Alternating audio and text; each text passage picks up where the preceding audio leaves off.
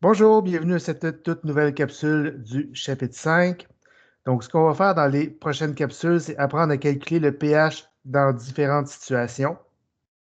Donc, dans le chapitre 5, ça va vraiment être des situations un peu plus simples, dans le sens où on va voir seulement qu'un élément à considérer, donc un acide fort, un acide faible, une base forte, une base faible. Dans le chapitre 6, on va mélanger un peu tout ça. Donc, c'est important de vraiment bien comprendre comment calculer le pH des solutions individuellement avant de commencer à faire des mélanges. Ce qu'on va faire dans cette capsule-ci, c'est le cas le plus simple. Donc, c'est le pH d'un acide fort. Dans le cas des acides, je vais vous montrer les deux méthodes de calcul, donc soit la théorie d'Arrhenius ou la théorie de Bronsted-Lowry. Donc, je vais faire le même exercice deux fois dans le cas des acides. Donc, on se rappelle que la théorie d'Arrhenius, pas nécessaire d'ajouter de l'eau. Donc, on sait qu'on est en solution aqueuse, mais l'hydrogène va spontanément se détacher. Donc, c'est comme si l'acide générait des H+. Tandis que dans la théorie de Bronsted-Lowry, ben, l'acide doit donner le H+ à quelqu'un. Donc, ça prend un autre partenaire pour faire la réaction. Donc, dans le cas des acides qu'on va voir dans le chapitre 5, l'acide va donner son H+ à l'eau. Donc, l'eau va devenir à ce moment-là H3O+, et l'acide va perdre son hydrogène. Donc, je vous rappelle que l'eau, c'est une substance qui est amphotère, donc elle va nous servir beaucoup dans le sens où elle peut servir d'acide ou servir de base selon les besoins qu'on va avoir en solution. Et c'est ce qu'on va voir dans les prochaines capsules. Donc, pour la capsule-ci, on se concentre vraiment sur un acide fort. Donc, acide fort, c'est quoi? C'est une substance qui se dissocie complètement. Donc, même si en réalité, on sait qu'il y a deux flèches, là, la flèche est tellement grande vers la droite qu'on néglige le petit bout de flèche qui pourrait nous permettre de revenir en arrière. Donc, on ne tient pas compte de l'équilibre chimique. On fait comme si la réaction était complètement vers la droite. Puis, on se rappelle que des acides forts, vous en avez 7 à reconnaître complètement reconnaître par cœur, là. HCl, HI, HBr, HLO4, HClO3, HNO3 et H2SO4. Le H2SO4, c'est un cas particulier. On va y revenir un petit peu plus tard, là, dans le sens où le H2SO4, il y a deux hydrogènes qui peuvent partir, mais le premier, il est fort, donc le premier va avoir une seule flèche, tandis que le deuxième va avoir deux flèches. Donc ça, on va y revenir un petit peu plus tard. Donc pour l'instant, on va se concentrer sur les acides qui ont un seul hydrogène et pour lesquels la dissociation est complète, donc une seule flèche vers la droite. Donc qu'est-ce qu'on fait pour trouver le pH? C'est ce que je vous montre à l'instant.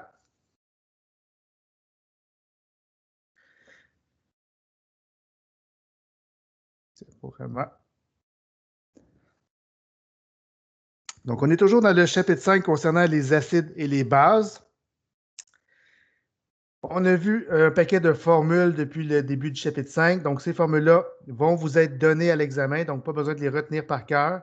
Par contre, il faut savoir dans quel contexte les utiliser, là, donc pas les mettre n'importe où. Donc, vous les avez ici, là. Donc, toutes ces formules-là vont vous être fournies à l'examen. Vous n'aurez pas à les démontrer non plus, donc seulement savoir les appliquer. Dans la capsule qui nous intéresse actuellement sur les acides forts, il y a deux formules qui vont nous intéresser. Donc, le pH est égal à moins log de H3O+. Donc, c'est la formule qu'on va utiliser si on prend la théorie de Bronsted-Lowry.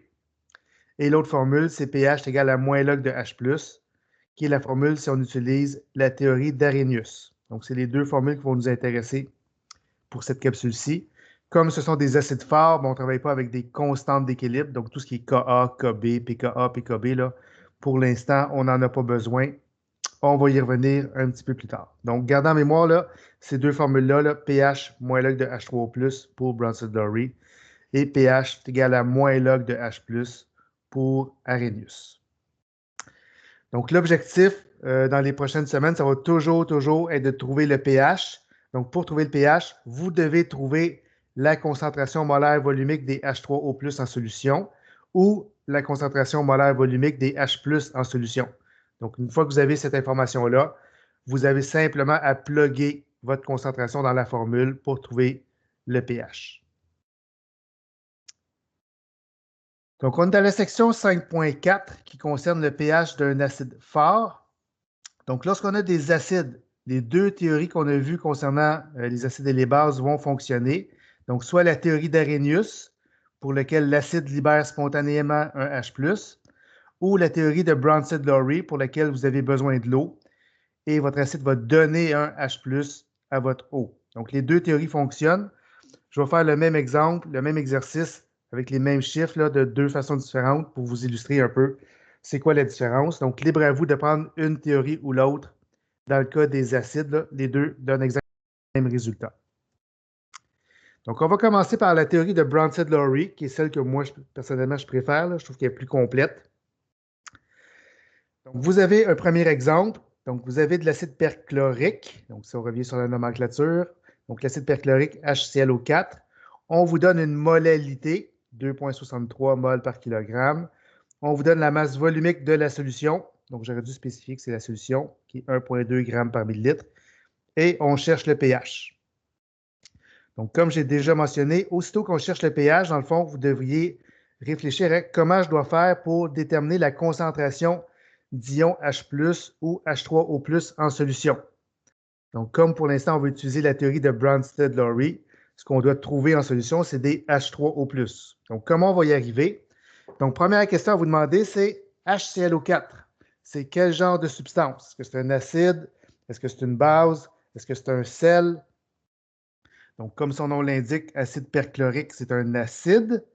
Une fois que ça c'est déterminé, vous devez vous demander, est-ce que c'est un acide fort? Est-ce que c'est un acide faible? Donc, vous vous rappelez des 7 acides forts, HCl, HI, etc. Le HClO4 en fait partie.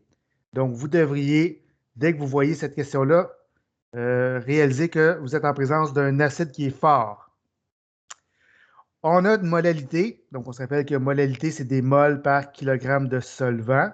Dans les problèmes, je vous encourage à toujours travailler en molarité, donc avec des moles par litre, de sorte que la molalité, ce n'est pas une unité qui est très utile pour nous.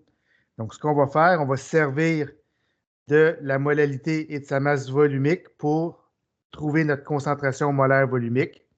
Donc, on va poser 1 kg de solvant. On va déduire que 2,63 mol de soluté, etc. Notre solution, en fait, c'est quoi?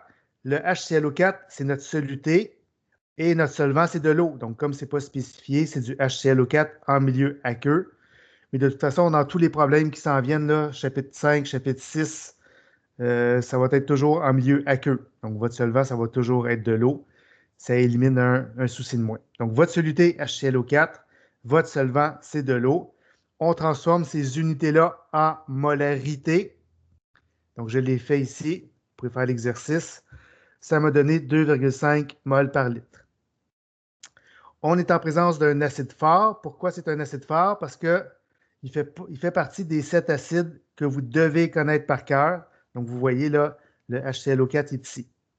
Donc, s'il ne fait pas partie des 7 acides forts, on suppose à ce moment-là que c'est un acide faible et on va voir quoi faire à ce moment-là dans la prochaine capsule. Donc, pour l'instant, on est en présence d'un acide fort qui se dissocie complètement. Comme on prend la théorie de Bronsted-Lowry, on va devoir mettre de l'eau. Donc, c'est ce que je mets ici. Donc, dans la théorie de Bronsted-Lowry, l'acide donne un H+ à son voisin. Dans ce cas-ci, son voisin, c'est de l'eau parce qu'il n'y a pas d'autre chose en solution. Donc, l'acide donne un H+ à H2O qui devient H3O+. Et il va donc vous rester l'ion perchlorate ClO4-. On voit qu'on a mis une seule flèche, étant donné que c'est un acide qui est fort. On remplit un tableau IRF. Donc, au départ, ce qu'on a, 2,5 mol par litre d'acide. L'eau, on n'en tient jamais compte là, parce que c'est une substance liquide. Et comme on est en solution aqueuse, là, vous en avez en quantité industrielle, là, donc ce n'est pas un facteur dans nos calculs. Au départ, des H3O+, on n'en a pas. Des ions perchlorate, on n'en a pas non plus. La réaction va nécessairement aller vers la droite. Donc, on a une seule flèche, donc on n'a pas à se poser de questions. La réaction est poussée vers la droite. Et on va travailler à ce moment-là avec des valeurs numériques. Et les valeurs numériques doivent suivre les proportions. La ligne R, la réaction, doit suivre les proportions de la ligne en haut. Donc, l'acide va disparaître au complet. On va former 2,5 mol par litre de H3O+, et on va former 2,5 mol par litre de perchlorate. Mon réactif est épuisé au complet, donc je tombe à 0. Et j'ai 2,5 mol par litre d'acide, de H3O+, et 2,5 mol par litre de ClO4-. Lorsqu'on veut trouver le pH, l'objectif, c'est de toujours déterminer la concentration d'ion H3O+, donc dans la théorie de Bronsted-Lowry. On l'a trouvé, est ici. Il nous reste juste à plugger ça dans notre formule. Donc, on sait que pH, c'est moins log de H3O+. On remplace notre concentration par 2,5 et on trouve un pH de moins 0,4. Donc, comme mentionné, là, les pH négatifs, c'est plutôt rare. Il ne faut pas non plus s'étonner de les voir à l'occasion lorsque les concentrations sont relativement élevées. On peut maintenant se demander, est-ce que la réponse a du sens? Donc, est-ce que c'est normal qu'un acide fort me donne un pH de moins 0,4? Donc, si on se rappelle de l'échelle de pH, les acides doivent avoir des pH inférieurs à 7. C'est ce que j'ai ici. Donc, moins 0,4, c'est inférieur à 7. Donc, ma réponse est quand même logique avec l'exercice que j'avais à faire. On va reprendre le même exercice maintenant avec la théorie d'Arrhenius. Donc, théorie d'Arrhenius, on se rappelle qu'il n'y a pas besoin d'ajouter l'eau dans notre équation. L'acide va spontanément se libérer d'un H+. Je reprends le même exemple. Donc, même questionnement. Qu'est-ce que c'est du HClO4? Est-ce que c'est un acide, une base, un sel? C'est un acide fort ou un acide faible. C'est un acide fort parce que je le reconnais, c'est un des 7. On travaille toujours en mol par litre, donc on convertit les unités qu'on a ici pour avoir des molarités. Il donne encore une fois la même réponse, c'est la même question. On se rappelle que le HClO4 fait partie des 7 acides forts, donc il va y avoir une seule flèche. Par contre, cette fois-ci, comme je veux utiliser la théorie d'Arrhenius, on n'ajoute pas l'eau dans notre équation. On va juste décomposer directement le HClO4 en H+ et ClO4-, avec une seule flèche parce que c'est un acide qui est fort. On fait notre tableau IRF, comme c'est ici. La réaction va aller complètement vers la droite, de sorte que le réactif va s'épuiser au complet. Et on se retrouve à la fin avec plus de réactifs et des H+ et des ions perchlorate. Maintenant, comme l'objectif, c'est de trouver le pH, et on a utilisé la théorie d'Arrhenius, donc il fallait déterminer la concentration des ions H+. C'est ce qu'on a ici. Une fois qu'on a les ions H+, on plug ça dans notre formule. pH égale à moins log la concentration des H+. On remplace par 2,5 mol par litre dans ce cas-ci, ce qui nous donne, encore une fois, moins 0,4, donc même réponse que tantôt, qui est une réponse qui est logique selon le tableau des pH ici. Donc, j'ai un pH inférieur à 7, étant donné que c'est une solution qui est acide. Donc, ça termine la présentation du calcul de pH d'un acide fort. Donc, que vous preniez une théorie ou l'autre, ça importe peu. Vous allez arriver à la même réponse. Donc, je vous laisse choisir la théorie que vous voulez. Personnellement, je préfère la théorie de Bronsted-Lowry parce qu'elle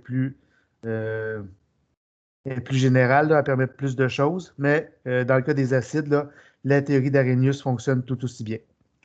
Juste se rappeler, acide fort, une seule flèche. Donc, l'ensemble de vos réactifs vont se déplacer du côté des produits. Donc, on se retrouve dans la prochaine capsule concernant les acides faibles.